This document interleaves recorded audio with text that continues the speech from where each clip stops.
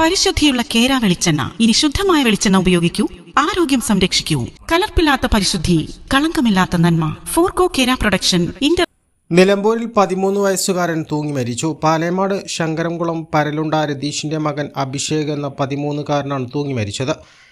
ഇന്നലെ രാത്രി 8 മണിയോടെയാണ് സംഭവം. സഹോദരങ്ങൾ തമ്മിൽ കളിക്കുന്നതിനിടയിലുണ്ടായ തർക്കത്തെ തുടർന്ന് രക്ഷിതാക്കൾ വഴക്കു പറഞ്ഞ മനപ്രയാസത്തിൽ റൂമിലെ ജനലിൽ ഷാളിൽ തൂങ്ങി മരിക്കുകയായിരുന്നു. സംഭവം ശ്രദ്ധയിൽപ്പെട്ട ഉടനെ എടക്കരയിലെ ഏറനാട് ആശുപത്രിയിൽ എത്തിച്ചെങ്കിലും ജീവൻ രക്ഷിക്കാനായില്ല. പാലേമാട് ശ്രീ വിവേകാനന്ദ സ്കൂളിലെ 7ാം ക്ലാസ് വിദ്യാർത്ഥിയാണ്. മൃതദേഹം നിലമ്പൂർ ജില്ലാ ആശുപത്രി മോർച്ചറിയിലേക്ക് മാറ്റി. സംഭവത്തിൽ പോലീസ് അന്വേഷണം ആരംഭിച്ചു. A+ vision, Edakkara. Eranad hospital and research centre 10ാം വാർഷികാഘോഷങ്ങളുടെ ഭാഗമായി പുതിയ സേവനങ്ങൾ ജനങ്ങൾക്ക് സമർപ്പിക്കുന്നു.